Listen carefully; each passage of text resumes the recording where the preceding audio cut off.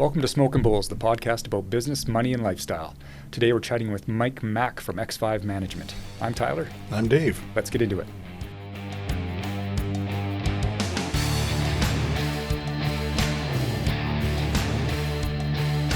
So thank you very much, Mike, for joining us today. You're with X5 Management.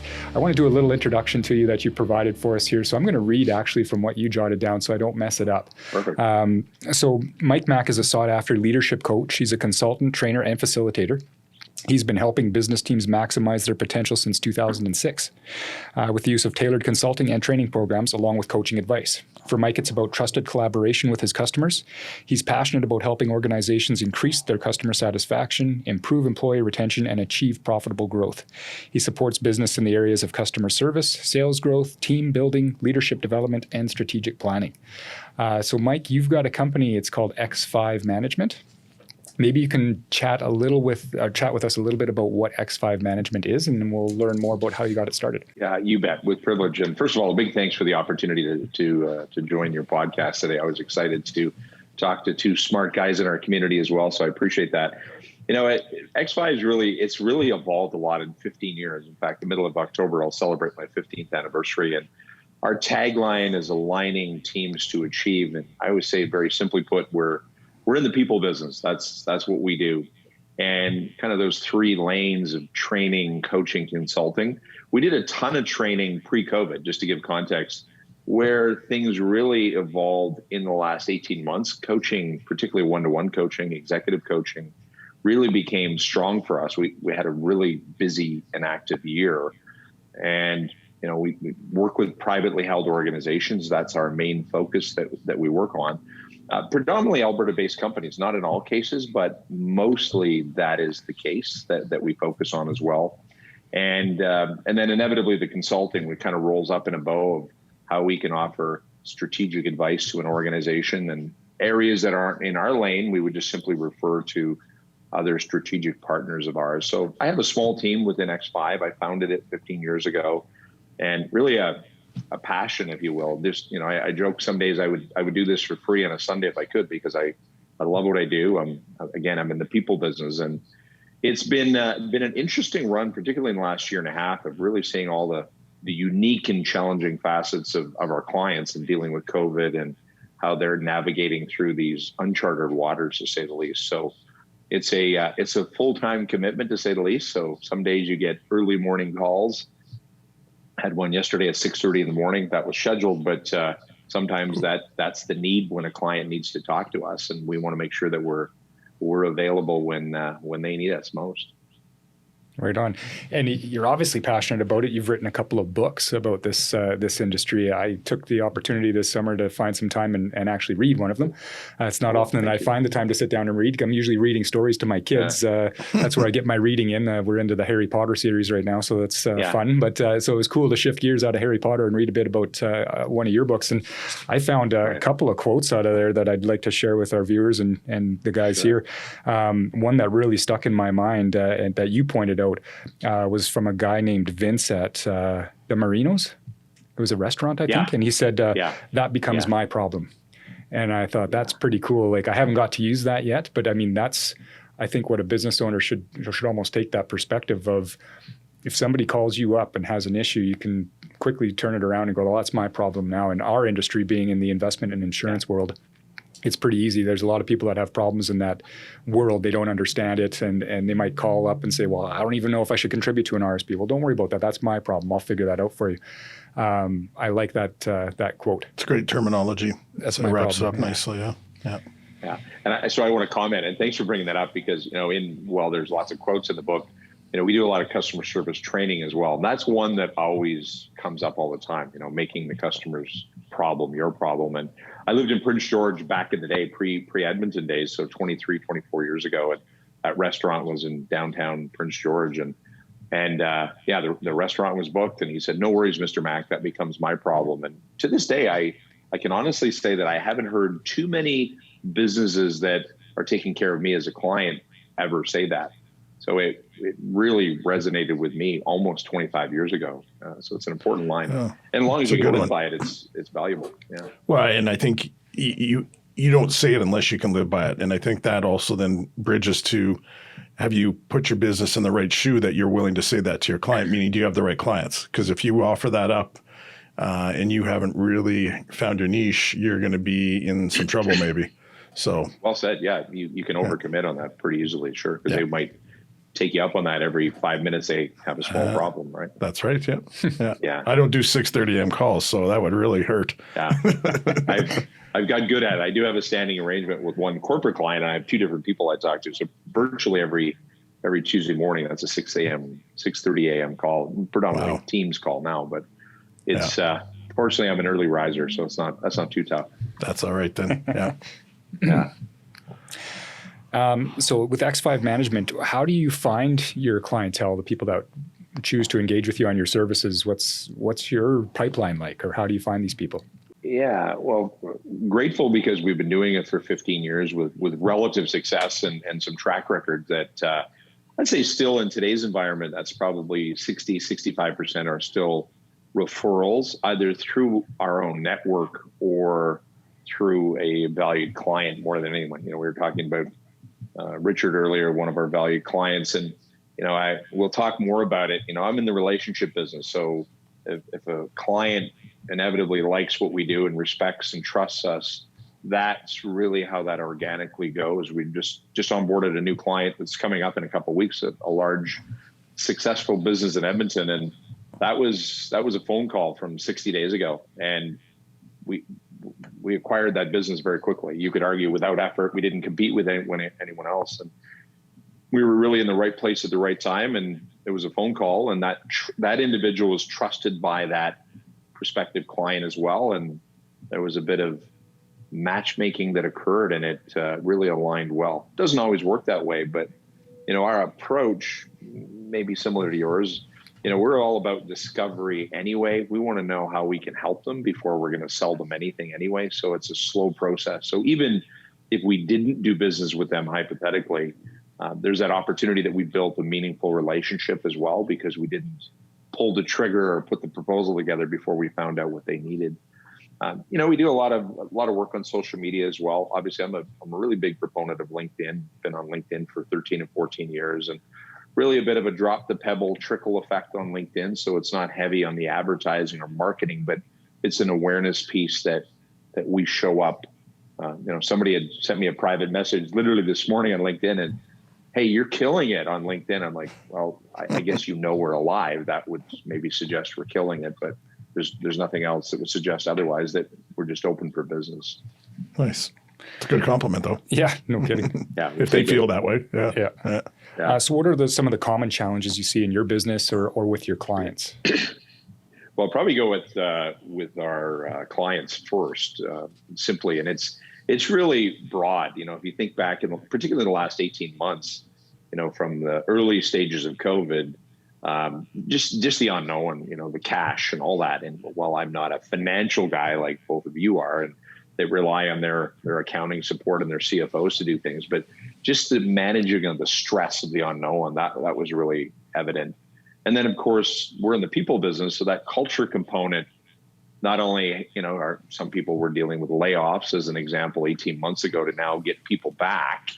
Now we're kind of in a stop-start effect when we're dealing with COVID, so that cultural aspect is really the item that comes up a lot. Can we have this hybrid workforce of people working at home and working at the office? Some organizations can do that, and some can't. Just logistically, they have to physically do work for customers on site in some cases, right? You can't get your haircut virtually, as an example. We don't deal with any salons in that regard. The other big one that is coming up more and more, definitely in the last 6 to 8 months, is sales growth. Companies are talking about that. Nobody's really sitting on cruise control where their sales are just blowing the charts at this point in time. So there's definitely more inquiry on that, about meaningful and sustainable sales growth as well, and almost going back to the basics in that area. So those are items that we see. And then usually sales and customer service kind of dovetail together, that, hey, we got to improve our sales. Well, maybe we find out that there's some issues within the organization, that their customer service is not quite at that remarkable level, and that's costing them future sales, particularly, or retention of existing clients. Right. And on that, I think what I would say from just being a consumer is we have to give remarkable service. And when we fail, we lose a client. That's just how it goes. And it sucks. And sometimes you do lose a client, and nobody can say they've never lost a client, but it's upsetting when you realize where you failed and it's not, it was an easy fix, but you didn't catch it and you were off a little bit that day or whatever it is, or you dropped the ball.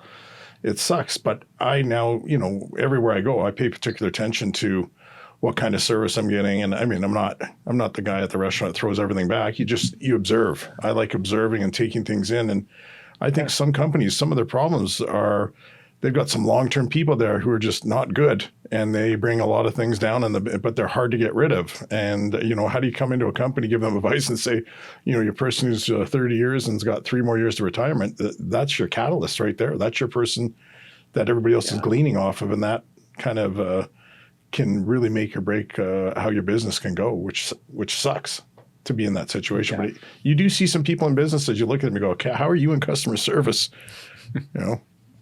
Well, great comments on that for sure. Yeah, definitely all the time. And, as you build a relationship, particularly with the decision maker, if it's a CEO or the business owner, this one we're onboarding here shortly, we had a lunch a week ago. He's like, okay, so if you see something that you don't think is right for us, you will be honest with me and tell me that. I said, absolutely. Well, how long is that going to take? Not that I won't be honest the first day, but as you can appreciate in what we do professionally, there's some time that's got to marinate a bit. So let's say that's even 90 days. I'm not going to judge one person because of one act or a piece of behavior, but you will see that trend that you're dropping the ball, and they shouldn't be in sales or they shouldn't be in customer service. They don't have the DNA to do it, right? A couple of little lines that I've used all the time internally, and I didn't create them, but number one, leave nothing to chance. That attention to detail in customer service is a big deal. Did you follow up on the email to confirm, or did you assume they got that voicemail and the instructions that you provided? And the other item, got to give credit to a longtime friend of mine, Bruce Kirkland, who's owner with Lexus of Edmonton. So a little shout out to him because he's a great friend. Not a client there, but he's just a good man. He said it's the little things that will make the difference. It's always those little things. It's not the product, generally speaking, right? More so than not, it's that experience that you felt, like the restaurant example you talked about earlier, that keeps you coming back again and again. And inevitably, you got to see the needle moved on that, because at some point in time, people may hit their limit. I've used this kind of model that we do in coaching, and think of this overlapping circles of a Venn diagram, 3 circles, and where performance, particularly in customer service or anything, is missing, there's a focus, will, capability. Well, sometimes internally, from a coaching perspective, we find out that maybe there is some challenges. Maybe it's a financial challenge. Maybe it's a health challenge or a personal relationship challenge that's throwing them off their game. Maybe. We don't know that right away. Is there a will? Is there a will to ramp up their game and play better than they were before, or step up their performance? And then inevitably you get to that capability side. There's certain people that you think of, front of house in a restaurant as an example, that are just suited to do that. They're that kind of person, that perfect flight attendant that makes you happy even when the flight's late. That's a gift that they're able to do. That soft skill is important. And reality today is not everyone possesses those skills to be able to do it. So you work a lot with entrepreneurs, and you work with the CEOs, heads of companies. I always find it interesting, like what traits make a good entrepreneur? Like, what do you see in business owners? What makes an ideal leader? Because that's who you're talking to, I guess, is the leader of these companies. Absolutely. What are these people? What are the key traits that describe them, I guess?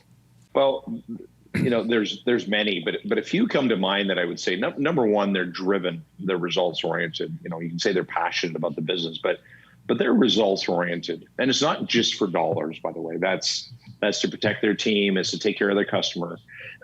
But that drive that gets them up at 5 a.m. is definitely a catalyst. Is really important. They get really, really resourceful. That's another trait that I see. They step outside of the box, and how can they reinvent where they are? And lots of leaders are having to do that now more than ever. as a couple of examples. The other aspect, some of the great leaders also do a great job of empowering others. As you build it out, I work from a smaller organization of ours, might be 30 employees that they may have in a company, to 500 or 600. So there's quite a range in terms of the skill set that they bring to the table. And entrepreneurs that we work with are just open to being better all the time. That is partly how we get involved. If they're not working with us, and that doesn't mean they're not great if they're not working with us, that open-mindedness, and I think it was evidenced by this new client that we're going to onboard. I was a pretty quick turnaround time with 3 meetings with this individual. I was like, yeah, this is what we need to do. And this is a highly successful company. So they're not like struggling with a bunch of things. They're just here to elevate their game. So those are the items that come up most. They're fast-paced and action-oriented. They're not sitting and pontificating a lot, right? They surround themselves with some good people and keep things moving. They want to be first to market. They want to elevate their game before their competitors do. There's that edge about them that I really enjoy. And in our lane, lots of great organizations out there. I take personal pride in having the privilege to working with a privately held organization that's closely held that are entrepreneurs, like our mutual friend Richard as an example. Those are the individuals that you want to work for on a Sunday morning for free, like just because they're so good at what they do, and they need your help sometimes. And that's the passion for what gets us up in the morning to do what we do here. Good points. Yeah. I mean, that's who we try to attract in our business, in our investment and insurance business. We're trying to attract business owners as clients. We relate well to them. And obviously, you speak with great passion about X5, and that's your business. So I can understand how, you want to surround yourself with people, of like mind. So those are good points. Can you think of a time whether it's in X5 management or even in your personal life, where you came to a fork in the road where you had to make a decision? Maybe you didn't even know it was a fork in the road at the time, but the decision that you made set you in a path that worked out for you. Is there a decision that you can think of in the past where you were at that fork in the road and thought, oh, geez, I got 2 ways to go here, and you've made the right decision, or maybe you made the wrong one? Yeah, indeed. Well, I have many examples, but a couple would come to mind. Number one, starting X5 15 years ago. That's probably the first one that comes to mind, and maybe because I'm more reflective on it because our 15th anniversary is coming up in October, so it's kind of symbolic of this point in time in history. And that decision to quit your job, and knowing what I know now, I didn't know a hell of a lot of anything back 15 years ago. If I look at it in hindsight, I'm a lot wiser and I'm older and I've gained more experience. That decision, as good as it's been and as tough as it's been, I never regretted that decision for 5 seconds. That's always been, yeah. And I will say a little bit of an insight. I didn't even feel like an entrepreneur really for the first 5 or 6 years. There was relative success. So that's the other aspect. Oh, this is good. Traditionally people quit a job and, hey, I want to replace my income. And I was able to do that fairly easily and quickly. But I do have that entrepreneurial spirit today more than anything, that, I'm heading out to the mountains with my wife tomorrow afternoon, and I will be getting up in Canmore on Saturday morning, thinking about X5 and thinking about my clients and doing something. I just don't turn it off.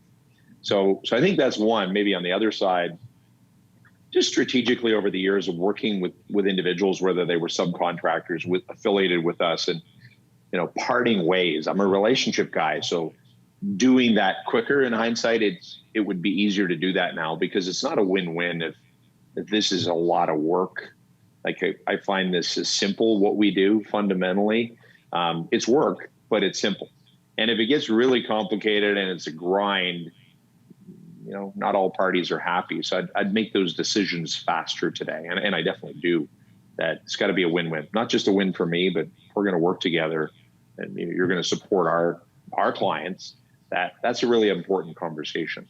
There's a lot of people out there that do what we do. We just take pride in how we do it. And that fit's got to be really, really important, not just for me as the founder, but for our clients as well. It's not a franchise, but there's a certain way we do business, and I'm not going to compromise on that from a brand perspective as well, and because our clients deserve it. So And I'm kind of switching gears here, but X5 management, how did you come up with X5 as a name? Does that have some relevance, or is that part of it? Well, it does, and it's funny because I didn't have a real intelligence thing. One time I was at the lake and I was having a scotch and I had this epiphany. It wasn't quite like that. But initially, it really ironically had a lowercase x, and everybody called it ×5, which drove me crazy. So I had to make sure that the branding had a capital X. And really, it started out being a multiplier. It was like, the X factor, and without calling it the X factor. And then really, when we started 15 years ago, there were really 5 things that we did. You could say we've tightened that up today to training, coaching, consulting. Well, the skill set is similar, but that's really where it started. Management was a bit generic, that it wasn't specializing in one lane. We can literally work in any industry. So that sounds like a great vision 15 years ago. We've rebranded over time, but X5 has worked out fairly well. I mean, there's vehicles called X5. I am a Beamer fan. I don't drive an X5, ironically, but yeah, lots of people say, how are things at X5? So you can say, hey, I guess the brand itself has done that.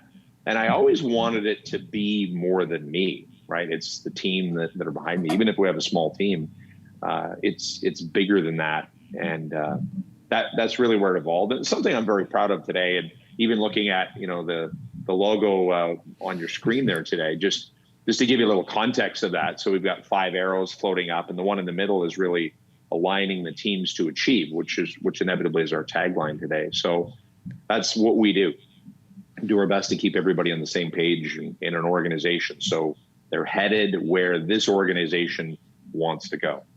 And that can be tricky sometimes when you're dealing with, with a family business as well. We want to make sure people are on the same page, and they're not always on the same page, obviously, when we start with them. No kidding. Yeah, for sure. In business, Mike, what's the best lesson you've learned? Many of them, but a couple come to mind. I'm really way better at seeking out input or advice from people, whatever that may be. I mean, I pay for a lot more professional advice today on a lot of things than I did before. Number one, I can afford to do that, which is helpful, but I don't even blink an eye on it. I think I know a few things, but if I need some marketing support or I need to beef up my website, there's people that can do that and get on that. Rely on my accountant and my bookkeeper and my lawyer for things that we need to do from time to time, and just rely on the experts like we hope our clients would do that as well. And don't be afraid to ask. I mean, I'm grateful I've got a pretty big network, but I think what I'm most proud of the network is just the people in the network that are so varied. And there's no shortage of people that know a lot of things about a lot of things that I don't know about. And I'm grateful that they would take my call if I had a question. So, the advice I'd give anybody out there is you don't have to do it all by yourself. You don't have to be the smartest guy in the room and be okay with that. So that it ironically, as I get older and wiser, it just made me more confident as well, because you can go there. In the book, on the Relationship for Keeps, the last book that came out a couple of years ago, I talk about LRT, like, respect, and trust, and that's my network. You gents, as we get to know each other, and I'm looking forward to having a drink with you or a dinner at some point in time in the future. You're great guys, invited to your show. That like, respect, and trust. Well, you guys know a lot of things about things that I may not be as strong on, and you likely would offer that perspective. So I really encourage people to do that. A lot of times they keep it a little closely held, and they don't ask the expert, so to speak, or whoever that may be. I got a father-in-law who's 90 plus years of age, a retired entrepreneur, and he knows a lot of stuff. He's a pretty humble guy, but he's done a lot of really amazing things. And in my world, he was a highly successful entrepreneur. He wouldn't think so today, but evidenced by his legacy and everything behind it, he is. So I rely on individuals like that all the time for wisdom as much as anything. Oh, those are great points. I would agree. You got to sometimes swallow your pride and ask questions. And I can't remember who it was, but somebody used to say, they definitely weren't, but they would say they're the dumbest guy in the room, and they were far from it. And I think it was just their way of saying, I realize there's other people around me that know this better than me, and I'm going to lean on them and use them. Whether it's, surrounding yourself with a team of professionals like you have to run your business, or even right in your business, hiring people to handle things that you can't. We've got a guy in the room right now running on technology for all of our cameras and everything, and we fired him to do that for us because Dave and I aren't going to be able to do it. So those are good comments. But we didn't want to have 19 boards on the table and me being a DJ and, let's try this one. Yeah. I mean, you'd have like the POWs and the WHAMs going up on the screen if I had control of that device. So we'd lose professionalism quickly. Yeah. Well, and a quick credit to you, if I may, too. Just the ambiance of your setup on the podcast. I'm a real fan of even not only participating in it, but listening in, as I've done in other podcasts of yours. I love the conversation, flow of this. That's really what that's about. So you're both conversationalists, and you're in the people business as well. So I applaud you for that, both of you. Wow, thank you. Yeah, that's nice of you.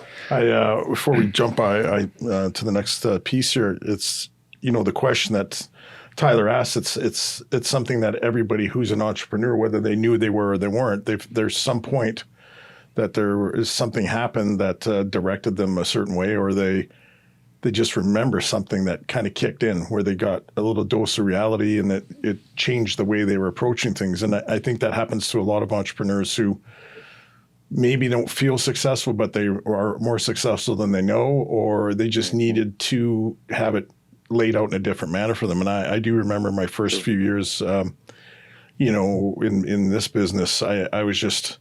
School was fairly easy, and by that I mean I wasn't an honor student by any means, but I passed quite easily without doing much, and that was kind of fine by me. And then I got into business, and this suited me because you get rewarded for doing what you do. But I also figured that I could just skate by on a meager existence, which worked for a little bit. And I think it was a couple of years in, back when you start in this business, you're not truly independent. I mean, you're usually working for a firm. They have some oversight on you. And so I got yarded in on a Friday from my manager, and he said, as the president of your company, how would you say your employee's been performing lately? And it's just me, right? So I'm like, well, he stays up late, and he's not getting to bed at a really good hour, and he's sleeping in, and he goes, well, why don't you go home this weekend, have a chat with them, and maybe come back on Monday and we'll talk again. I spent the whole weekend at home going, holy crap. Yeah, it's a good point. Like I'm thinking I'm this president, but I'm a crappy employee. And so it took a lot to try and straighten that out. Not that I'm the best employee still, but there's lots of things you have to do. And if you don't self-reflect, or at least get someone who gives you the opportunity to self-reflect, you could be doomed for a long time. You might not make it. So. Yeah. Well, on that note, too, very quickly, I'm a fan of, start with why, like Simon Sinek. And I think people's purpose is a big deal. Hey, I'm going to start a business. I talked to someone a while ago, and, I do this for, the flexibility and freedom. I run my own business. I really don't have a ton of flexibility and freedom some days just because of what we do. Right? We're on call, so to speak. And I'm okay with that. I signed up for that. So, others are able to do that. Depends on the scope of the business and scaling it up as well. That's one of the tougher sides in our world. There's no secret. While we have a great team, I'm still really active in the business. That's a reality, just because that personal connection and the relationship and the history is part of it. So, you got to be at peace with that. And I admire your former boss. That was good advice. It probably served really well, good one. I'm sure. Yeah. And for what you do and what we do, I mean, when you love what you're doing, a lot of this, you could read and read and read, and you'll burn yourself out if you're taking work on your holidays, or The difference is when you love your job, it's you already have the balance that you need, and because you're doing the balance at home, you're doing it on the road. You're doing it wherever. We don't have roles where you got to park it for 2 weeks and tell everybody to stop contacting you. You're working for someone else at that point. In our world, you have to be ready to make an adjustment. You can turn it off a little bit, but part of it is that you can keep it running quite well on whatever schedule you're working on. And I think that's a testament to people who want to be in their business and are enjoying it and are successful. It's easier to Well, do. and wannabe, it's a choice inevitably. I mean, this came up recently because talking to companies about helping with sales. I have rarely had a quiet summer business-wise in the last 7 years. And people are like, how did you do that? I just decided to not do nothing. And I was always active. So not only we have a lot of retained clients, so you're still busy, but I love a winter vacation, and who knows, someday we might actually go on a vacation somewhere outside of the country. We'll see what happens. Yeah, but exactly. I don't get up in the morning and say, I can't wait till my vacation. I do look forward to going to the mountains this weekend. A 3-day weekend's a nice recharge with my wife, but that's a choice. And I have no complaints about that either. So Perfect. Yeah. Right on. Well, Mike, you've got a couple of things I'd like to plug for you here. You're an Amazon best-selling author. You've got a couple of books on Amazon. What are the names of those books again, Mike? Yeah. So thanks for the plug and referencing them earlier. So I published 2. The first one was in 2017. So coming up 4 years. That was Remarkable Service: How to Keep Your Doors Open. That one on Amazon is also available on audio, and that's a unique book because I got a lot of great stories that I put together that I've interviewed from great businesses. So I don't take all the credit for writing all the content. But, when people say, well, why did you write that book? It's kind of ironic when we dealt with our 55th downturn in Alberta, probably at one point in time, but how to keep your doors open. And it's kind of ironic today how real that is in, even great businesses that are struggling to keep the doors open. So that book has served us well, in terms of not only writing it, it's opened a lot of doors to do work in the customer service side for a lot of new clients. The second one that I published coming up 2 years ago was Relationship for Keeps, how to build powerful relationships in business and in life. And that, I really, that was a unique write for me because I put it together with some character development. I dedicated that one to my mentor, who is still alive and well. I dedicated the first book to another mentor. He's since passed away. I always joke I like hanging around with old guys, so I feel like I'm still young in that regard. But again, it's a wisdom thing. I've learned so much from them. And really I keep saying I'm a relationship guy. That particular book is really about, that relationship side. And, we talked about being entrepreneurs, as we all are, where, hanging out with a client or having a dinner. I had dinner last week with Richard, our mutual client, and one of his senior executives out of Calgary. That didn't feel like work because it was the relationship side. And even if down the road, he's not a client down the road, he's a guy that I'm still going to have a relationship with. So I think whether that's somebody you meet on the tennis court or in the golf course or in the boardroom, that relationship is important. And, if you're good at that, and I'm blessed that I'm pretty effective in that regard, I take relationships very seriously. That was really the catalyst why I put that book together in the first place. And, putting it on Amazon, it's a necessity if you want your book to move out there. Tips for viewers that if you want to get rich and famous and you're not already rich and famous, don't write a book because it's not really that way. It's a great catalyst for door openers and so on. So I definitely give away more than my books than I sell. There's been way bigger return on that, by the way, too, because it just makes more sense when you do that. I do have a third book but I don't think I'll do anything with it for a couple of years. It's just I'm too busy with other things right now. So there is work involved in writing a book, as you likely know. But. No kidding. Yeah. Well, good for you for getting them out there. Yeah. Thanks. Well, we've always joked if we ever write a book, it's going to be like, here's hours and hours of us yapping on these microphones. Please write something for us and we'll review it. So that's our idea of writing a book, which is not what writing a book is, but that's how competent we would be writing a book.